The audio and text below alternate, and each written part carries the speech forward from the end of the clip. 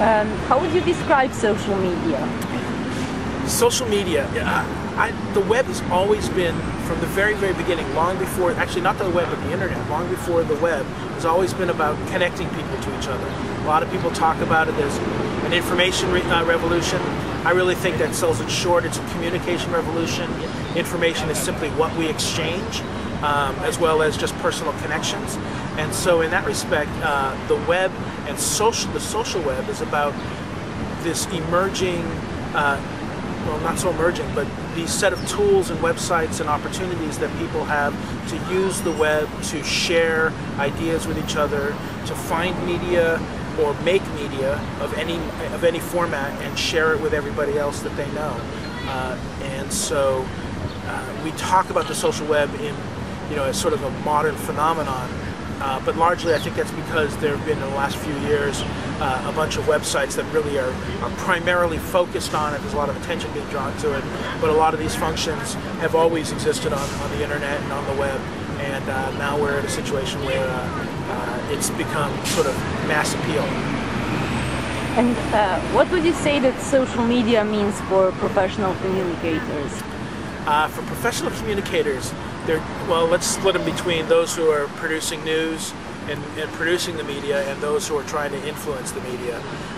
For those who are trying to, the bottom thing that's really shaping both of them, shaking both those worlds up, is that the web and the internet and digital technology, even cell phones, are putting the ability to produce and distribute media content in the hands of anybody who has access to the tools.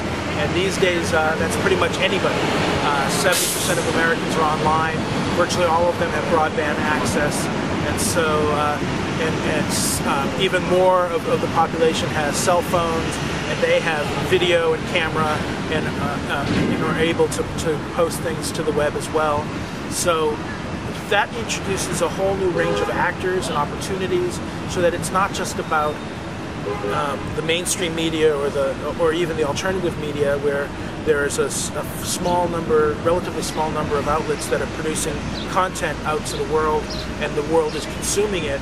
There are now many, many, many sources of content, and most of those sources of content are also commenting on and interacting with and sharing that content that comes in. So that changes things dramatically.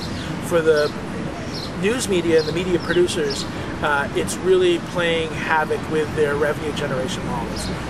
How they make money has become a serious problem. Newspapers used to make a lot of money off of classified ads, and now Craigslist comes in and takes a $10 million market, collapses it down to $1 million, and then takes half of it and leaves the other half for the rest of the market that used to share $10 million to share $500,000, more or less. I mean, this is just sort of my analogy.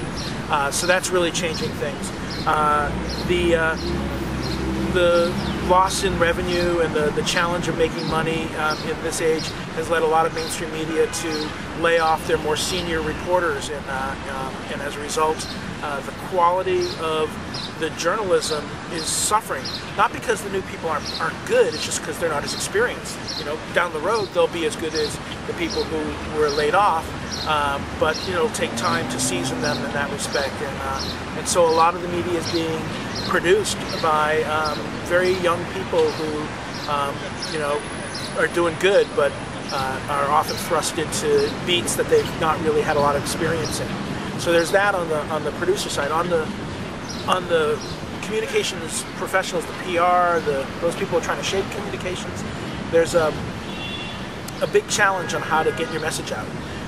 Traditional research that looks at traditional methods of press release, press conference, distribution models shows that the ability of that strategy to really push out your message and have it stick across the entire market that is relevant to your message is very, very limited.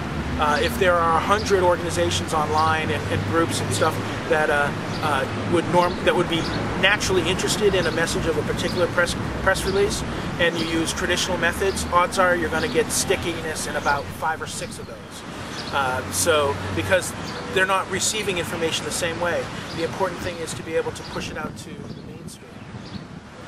or not push it out to the mainstream, but rather push it out to all of the different channels.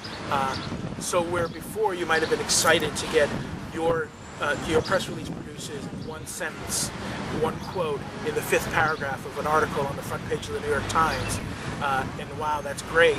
Now you can have a blog that puts it out there permanently. You can engage bloggers across the country who are writing about your stuff and get them to write about it in a very ongoing fashion. You can have a website that has all of your information. You can basically get it so that it's not just one shot here, one shot there with a minimal coverage, but your full message in full glory across many, many different channels. And so that's the huge challenge. How do you reach out to that, and how do you leverage that?